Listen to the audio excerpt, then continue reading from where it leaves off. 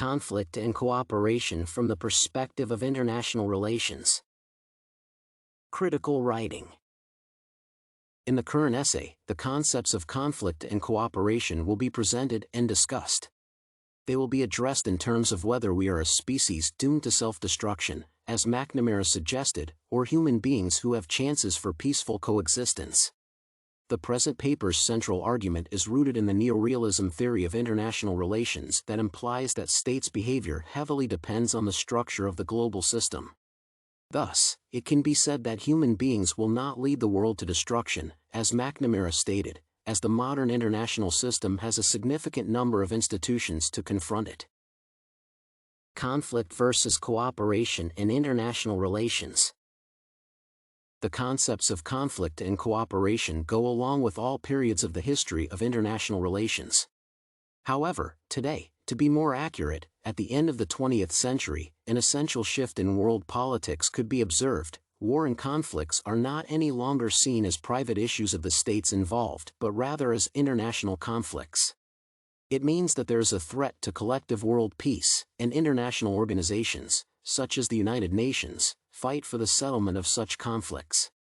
Usually, international conflicts imply conventional war with human rights violations, the overthrow of democratic institutions, and a state's fall. Cooperation is mainly based on strategies and tools for international conflict resolution. In such situations, they are usually employed in combinations to prevent a serious political conflict with the least loss. Such tools might include economic sanctions, defense pacts, threats of force from the most powerful countries, bargaining, problem-solving meetings, and involvement of international organizations in conflict resolutions. Under certain economic and political pressure in combination with a system of checks and balances, peaceful cooperation between states might be achieved. Neorealism and conflict resolutions. The primary argument of the present paper lies in the theory of neorealism. It suggests that human beings are not doomed to self-destruction, as individuals' behaviors are strictly limited by the existing complex international and national systems. Neorealism does not deny human nature but does not make it a major factor that explains international relations, as the classical theory of realism proposes. Besides, conflicts and wars are explained by neorealists as a result of the lack of supreme authority. Thus, states behave in a way they find the most beneficial for them under existing conditions. It should be highlighted that the structure of the international system and its potential leverages are largely shaped by the above-mentioned behavior of the political actors.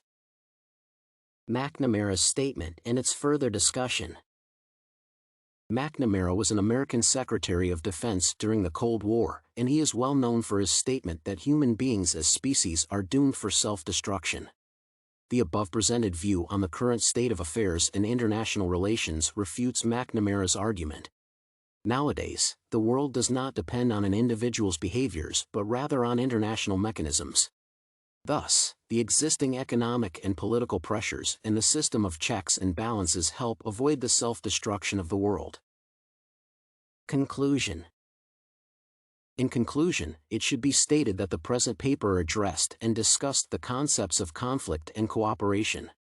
It was done to answer whether human beings as a species are doomed to self-destruction, as McNamara suggested, or if it is possible to achieve peaceful coexistence. The current essay rejects McNamara's statement by demonstrating that the existing international system and its powerful mechanisms can successfully balance the state's behavior to avoid self-destruction.